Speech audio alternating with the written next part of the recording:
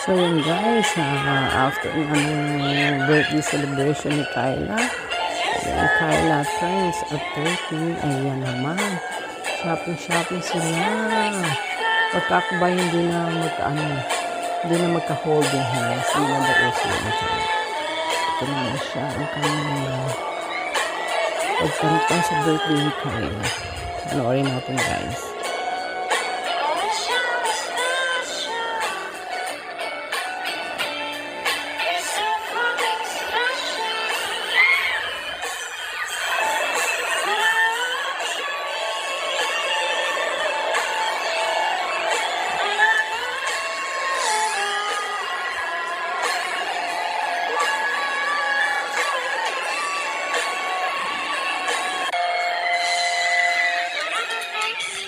Nakakatuwa rin itong si DJ. Kahit na matanda na ako, nakikinig pa rin ako sa kanya. Parang anak ko na siya.